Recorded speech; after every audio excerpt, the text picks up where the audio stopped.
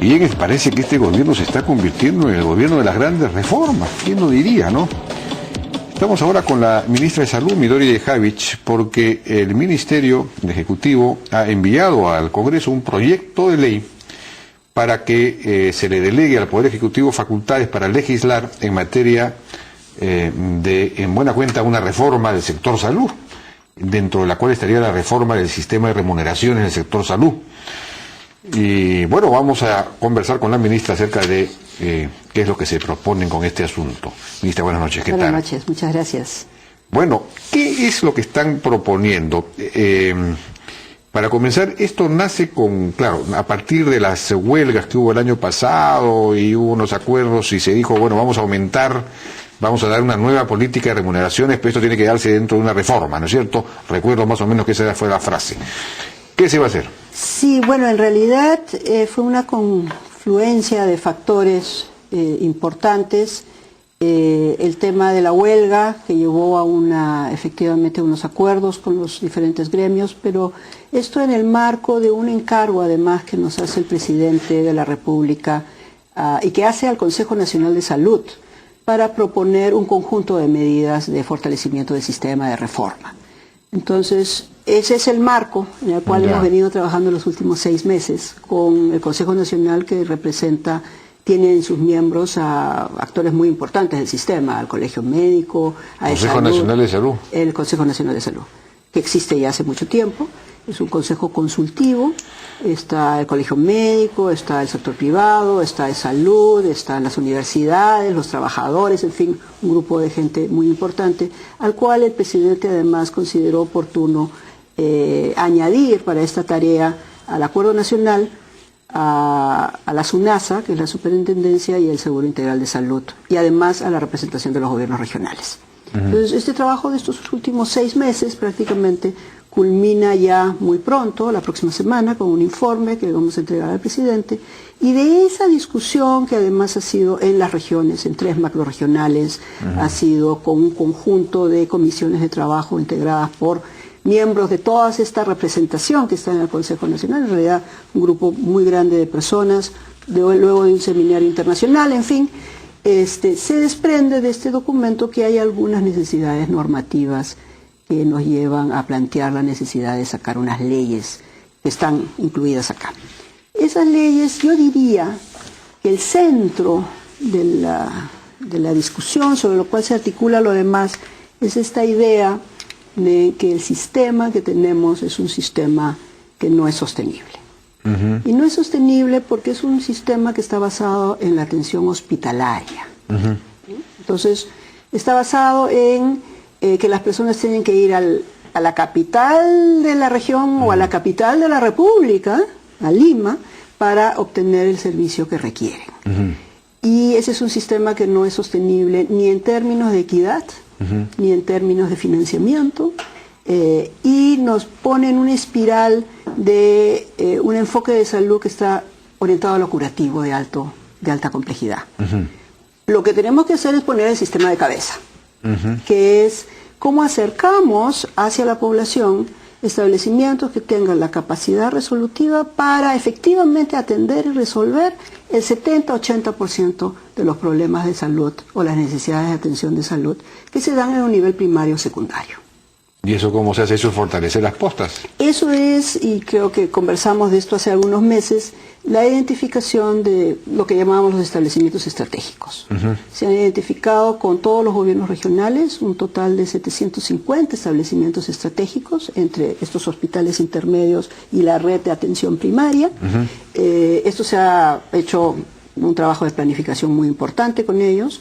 En un conjunto de 6 o 7 gobiernos regionales, además, hemos llevado ya la planificación año a año con los gobiernos locales.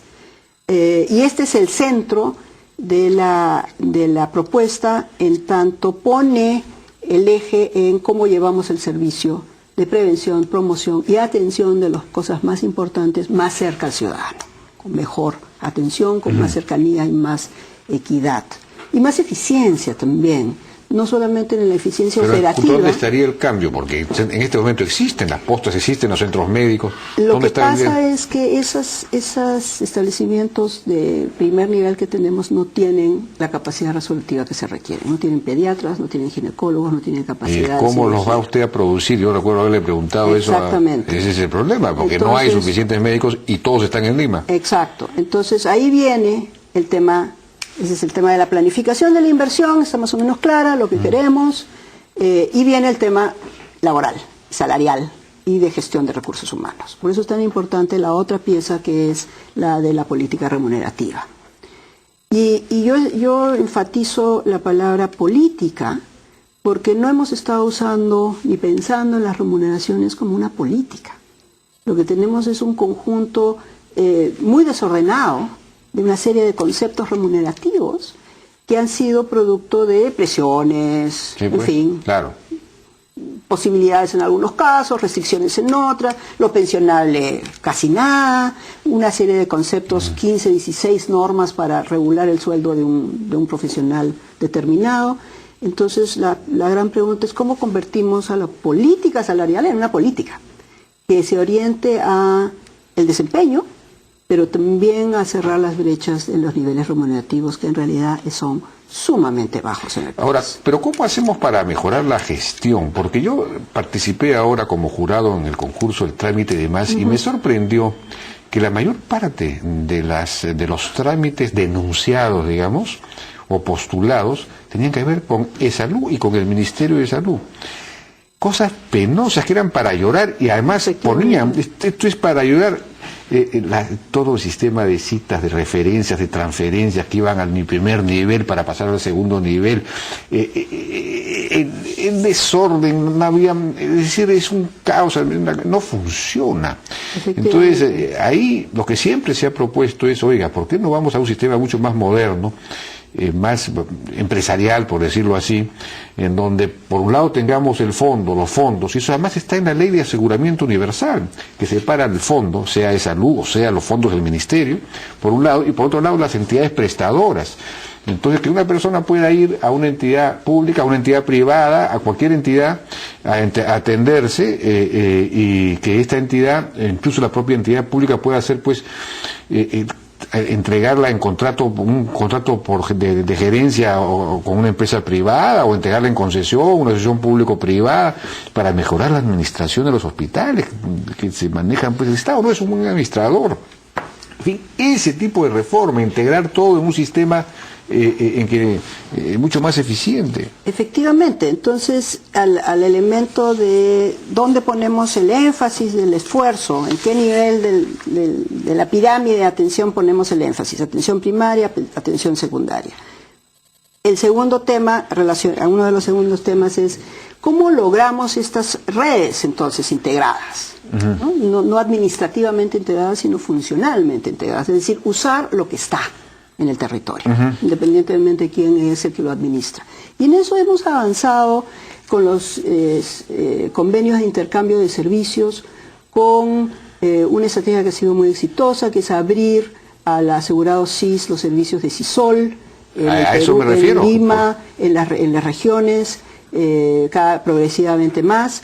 Hemos avanzado en la ley de presupuesto también, con unos artículos que permiten al SIS, por ejemplo, y a Salud, ambos, contratar servicios privados complementarios. De hecho, de Salud está disminuyendo sus listas de espera de intervenciones a raíz de este artículo en el presupuesto que antes no nos permitía contratar servicios privados complementarios. Entonces necesitamos un conjunto de leyes que haga que estos artículos que han sido transitorios en la ley de presupuesto, luego de 6 meses de haberlos probado, los podemos hacer permanentes. ¿No? Ya, porque la ley de aseguramiento universal ya lo permite, y el reglamento también dice que cualquier entidad puede contratar, en fin, con cualquier otra, pública o privada, para prestar los servicios, es decir, separa el fondo. Además el fondo tiene un nombre y no sé qué, IAFAS, ahí está, las IAFAS es por un lado, es decir, el fondo por un lado, y por otro lado las entidades prestadoras. Así que el fondo puede contratar con cualquiera, hacer un convenio con cualquier entidad para que se puedan atender ahí las personas. Pero ha sido a raíz de mecanismos específicos que hemos puesto en el presupuesto del año pasado, en la ley, y que hemos probado estos 6 meses que podemos decir que ya efectivamente podemos hacer este intercambio de servicios, MINSA de salud, privados, es decir, redes integradas usando al máximo lo que está. Y para crecer, un esquema de inversión, de planificación, donde no dupliquemos los esfuerzos de inversión. Entonces, esa es la idea. En términos de gestión, efectivamente tenemos que hacer cambios radicales. Creemos que podemos, y uno de los pedidos de delegación es justamente ese, el modelo de gestión. Creemos que podemos combinar modelos de gestión públicos, particularmente allá donde no haya posibilidad de tener un gestor privado, podemos tener modelos de gestión privada, y de hecho, a mí me parece muy interesante el caso del Hospital del Niño de San Borja, donde vamos en octubre, espero que octubre, noviembre, a más tardar, tener ya una APP para todo lo que es la administración no clínica. Es decir, todo lo que es mantenimiento, logística, que es donde lo hacemos mal. Entonces, hay una posibilidad de hacer una serie de APPs para, sobre todo, los hospitales más grandes, donde efectivamente el aporte del sector privado, y este es el tema de fondo, sea el aporte de la innovación y la transferencia tecnológica, básicamente gestión.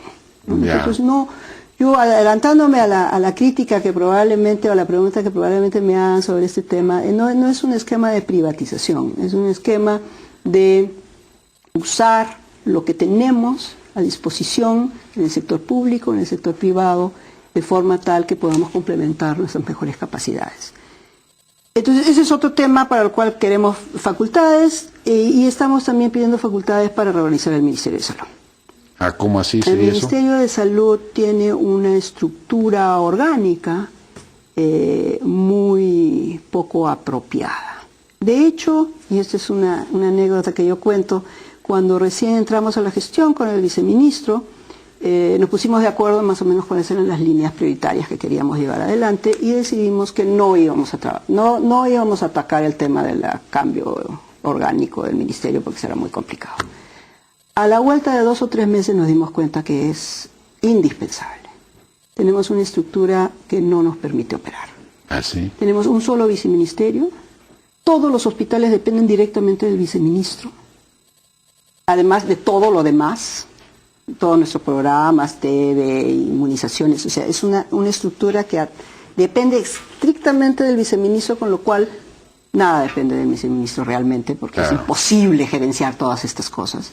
Entonces, hay 2 o 3 cambios fundamentales que queremos hacer. Uno es tener 2 viceministerios, uno de políticas, regulación, evaluación, que no se hace, no evaluamos nuestros programas, es decir, no aprendemos de lo que hacemos, y otro viceministerio que tenga muy claras las funciones de salud pública que le corresponden al ministerio, incluyendo intervenir en casos de problemas de salud pública, que hoy no podemos hacer.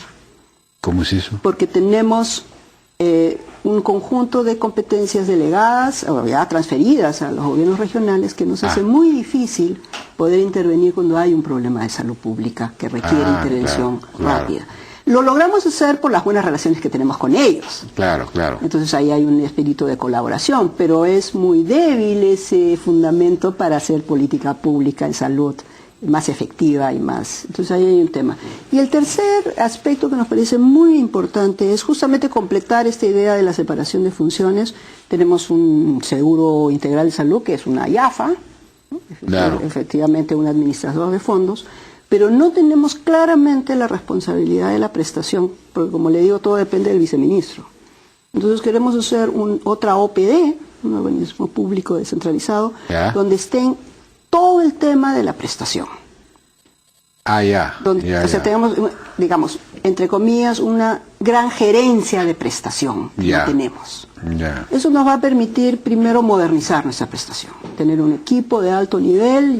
Yo estoy confiada que la experiencia que hay en el sector nos va a permitir tener un equipo directivo de conducción estratégica del aparato prestador, que pueda brindar asistencia técnica a las regiones y que pueda ir experimentando con todos estos nuevos modelos de gestión, de calidad, de estándares. Y por último, fortalecer a la SUNASA. La SUNASA hoy está en manos de la Superintendencia Nacional de Aseguramiento, que tiene que vigilar que las IAFAs hagan su trabajo y que los prestadores hagan el suyo. Ya. Entonces, hemos fortalecido la superintendencia, queremos que sea una superintendencia de salud, no solamente de los asegurados, sino de todos los usuarios. Está en manos de un equipo ahora muy competente, acaba de aprobar su reglamento de supervisión, sanciones, nos ha tipificado, en fin.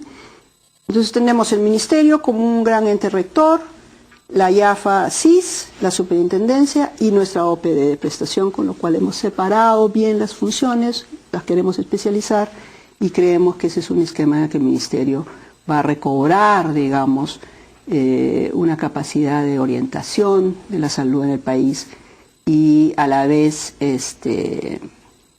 una capacidad de intervenir cuando es necesario que intervenga con mucho más eficacia, ¿no? De acuerdo. Por ejemplo, el tema del seguro integral de salud. Se suponía que con la ley de aseguramiento universal esto se iba a extender a nivel nacional, pero se iba a comenzar con las regiones más pobres, no sé si eran Ayacucho, Huancavelica, Purímac, y esto, en fin, se iba a extender. ¿Eso en qué ha quedado?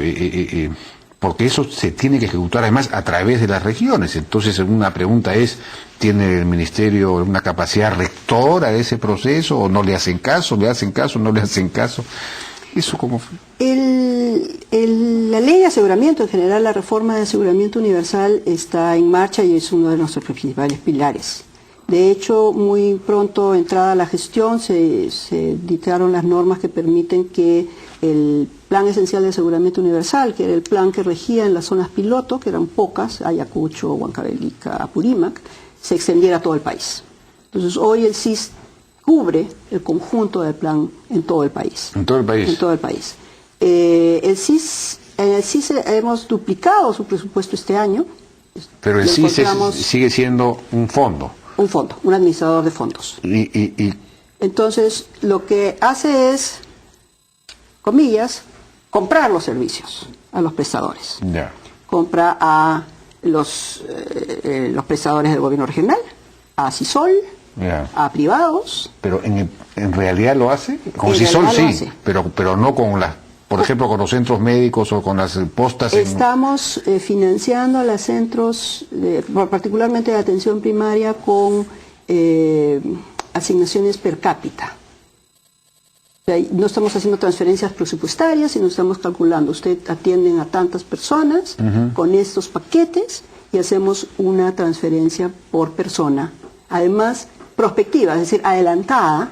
De forma que tal, una posta médica, aunque creo que no se llama posta médica ahora, no sé cómo se llama. De salud. Un centro de salud de una región X tiene un convenio, digamos, directamente con el CIS. Todo el país tiene convenios con el CIS, donde está especificada la cantidad de gente que atiende, la cápita que corresponde y los indicadores que vamos a medir y que medimos. Ahora, ¿no hay manera de rehabilitar, de restablecer, de recuperar los llamados CLAS, ¿no? que funcionaron mucho mejor que las postas, porque eran comités locales de administración, eran asociaciones civiles en buena cuenta, donde la comunidad manejaba las cosas de alguna forma o dirigía, y eso hacía, claro, pero eso era con médicos contratados, por una ley fueron nombrados y entonces ya no hubo capacidad de exigirles nada, porque ya estaban nombrados, trabajaban menos y todo. No hay manera de restablecer eso. Pero yo sí creo que hay una forma, si no de replicar el modelo original, sí hay una fórmula, y espero que podamos plasmar esto en algunas normas, una fórmula para rescatar el espíritu del CLAS, ¿no? Que es cómo administramos con otras reglas y con más flexibilidad estas redes integradas, ¿no? En esto que le comentaba, algunas serán enteramente públicas, otras podremos combinar con gestión privada y donde podamos encontrar las condiciones. El modelo, digamos, básico, original del CLAS es por varias razones difíciles de replicar en este momento, ¿no? Sí, pues, una pena en eso. Bien, bueno, los felicito realmente porque me parece que están con una concepción integral que ojalá que pueda efectivamente plasmarse, ojalá que el Congreso les ceda al Ejecutivo facultades legislativas para legislar sobre este tema, ¿no? Y que esto se pueda llevar adelante. Nosotros, por supuesto, respetaremos las decisiones del Congreso, seguiremos trabajando las leyes, por supuesto, porque son necesarias, y yo quiero siempre rescatarlo, ahora que hemos estado con el presidente Kim del Banco Mundial, rescatar algo que él ha mencionado en la Organización Mundial de la Salud, que nos parece muy apropiado, que es, esta es una tarea de nuestra generación. Si no la hacemos nosotros, se la vamos a dejar de tarea a nuestros hijos o a nuestros nietos, y entonces en realidad hay que asumir el imperativo moral de hacerla, de intentarlo. Efectivamente. Bueno, Midori Javich, ministra de Salud, muchas gracias por su participación en La Hora N. Vamos a una pausa y regresamos.